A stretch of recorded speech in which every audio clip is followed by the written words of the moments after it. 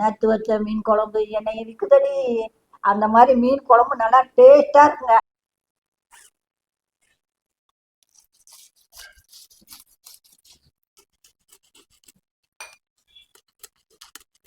ஊத்த போறோம்.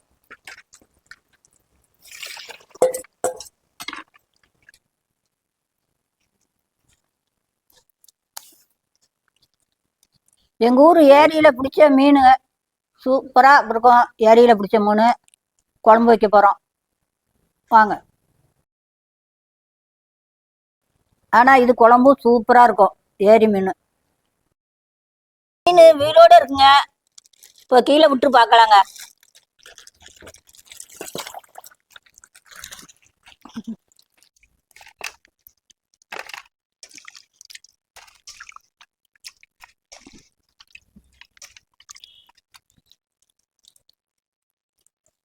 இதுதான் கொர்த்தை.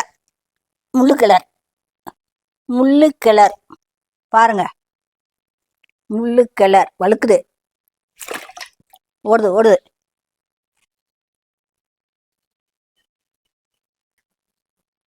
தண்ணியில போட்டோம்னா நல்லா முண்டுது, ஓடுது விழு விழுன்னு.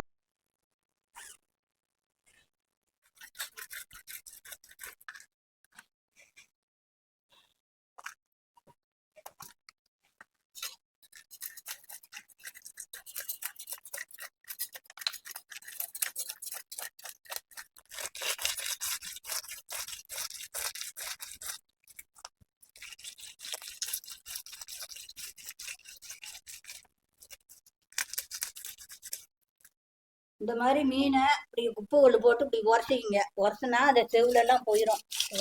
நல்லா வடவடப்பு இருக்காதுங்க. சுரண்டுறதுக்கு ஈஸியா இருக்கும். செவுல எல்லாம் வந்துடும்.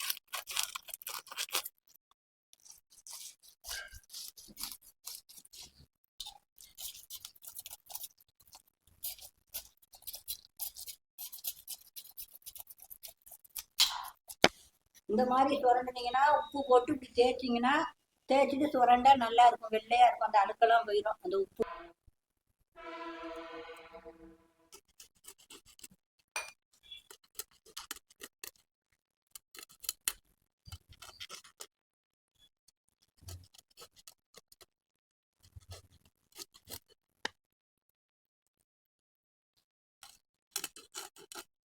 எல்லாம் கழுவியாச்சுங்க. இன்னொரு பேர் உப்பை போட்டு நல்லா குலுக்கி எடுத்துட்டா நல்லா இருக்கும். அப்படி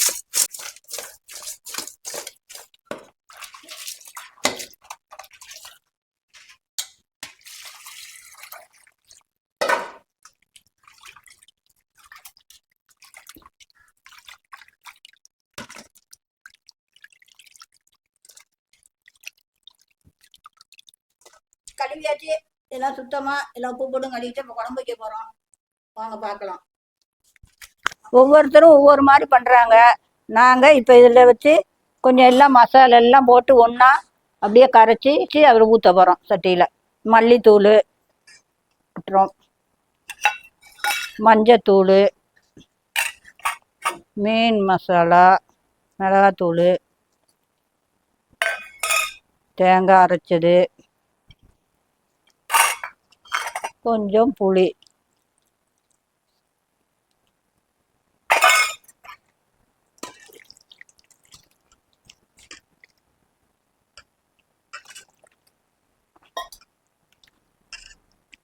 இதை கரைச்சிக்கிட்டே இந்த மாதிரி செஞ்சு இப்படி ஊற்றுனீங்கன்னா அப்புறமேல மீன் குழம்பு டேஸ்ட்டாக இருக்கும். இப்படி கரைச்சிக்கணும். இப்படி கரைச்சா நல்லா டேஸ்ட்டாகவும் இருக்கும். மீன் குழம்புக்கு சட்டியை வச்சுக்கலாம்.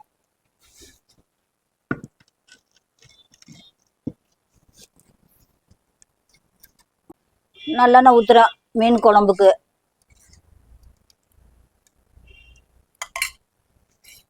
எண்ணெய் காஞ்ச உடனே வெந்தயத்தை போடணுங்க. வெந்தயம் போட்டால் நல்லது மீன் குழம்புக்கு. நல்லா ருசியாகவும் இருக்கும். அது 2 நாளைக்கு இருந்தாலும் நல்லா வாசமாக இருக்கும். வெந்தயம்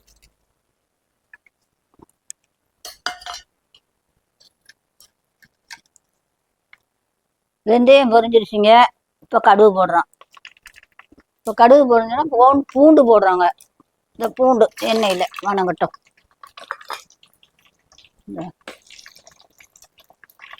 பச்சை மிளகா போட்டு போடுறாங்க. இது கொஞ்சம் வெள்ளைப்பூடு வணங்கிடுச்சுங்க. வெங்காயத்தை போடணும். நம்ம சின்ன வெங்காயம்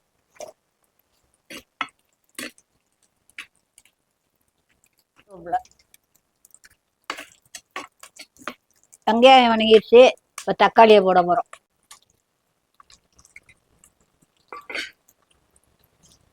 உப்பு போட்டால் தக்காளி நல்லா வணங்கிக்கும். வெங்காயம்லாம் வணங்கிடுச்சுங்க. வெங்காயம் தக்காளி எல்லாம் பூண்டெல்லாம் இப்போ இந்த பழசெலவு சாமான்லாம் கரைச்சி வச்சதெல்லாம் ஊற்ற போகிறோம்.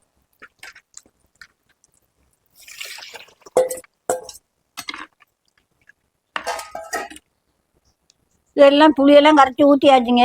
இனிமேல் கொஞ்சம் சுண்டு எல்லாம் கொதித்து கொஞ்சம் சுண்டுனோன்னா மீனை போட்டு அப்படியே மூடி வச்சுட்டோம்னா கொஞ்சம் ஒரு லேசாக ஒரு கொதி வந்தோடனே இறக்கி அப்படியே மூடிச்சிட்டா மீன் உடையாமல் இருக்கும். நல்லா சூப்பராக இருக்கும்.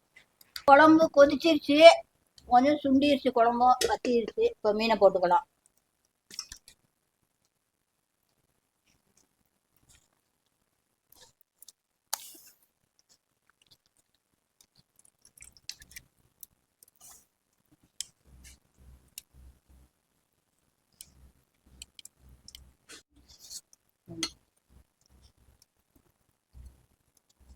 மீன் போட்டாச்சு. ஒரு கொதி வந்தோடனே இறக்கி வச்சிட வேண்டியதான்.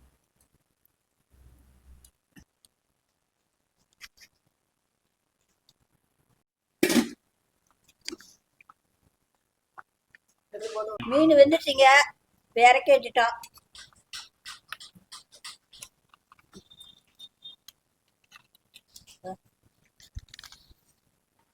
சூப்பரா இறக்கி வச்சாச்சு. இனிமே சாப்பிடலாம் வாங்க.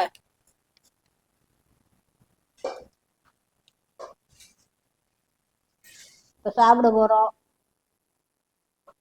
ரெடி.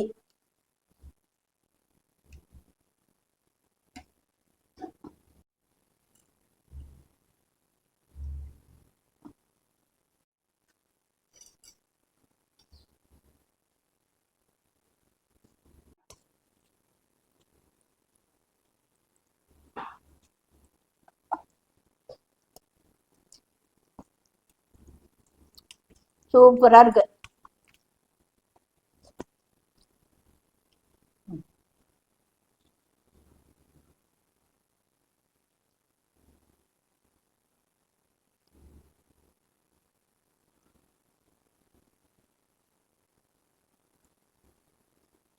சூப்பரா இருக்கு. ஏரி மீன் குழம்பு சூப்பரா இருக்குங்க. இந்த மாதிரி வச்சு சாப்பிடுங்க. டேஸ்டா இருக்கு. மீனும் சூப்பரா இருக்கு, குழம்பும் சூப்பரா இருக்கு. நல்லா டேஸ்டா இருக்கு. நல்லா இது இப்போ போட்ட சாமான் பூரா போட்டு நல்லா வச்சு சாப்பிடுங்க. நல்லா டேஸ்டா இருக்குது. எல்லாம் காரமெல்லாம் புளி கிளியில கொஞ்சம் புளியெல்லாம் கூட தான் ஊற்றணும். அப்போ தான் வாடை இருக்காது. நல்லா சூப்பராக இருக்கும். நீங்கள் 3 நாள் வச்சுருந்தா கூட குழம்பெல்லாம் மீன் குழம்பு கிடாதுங்க. நல்லா இருக்கும். நேற்று வச்ச மீன் குழம்பு என்னை இருக்குதடி, அந்த மாதிரி மீன் குழம்பு நல்லா டேஸ்டா இருக்குங்க. சூப்பரா இருக்கு.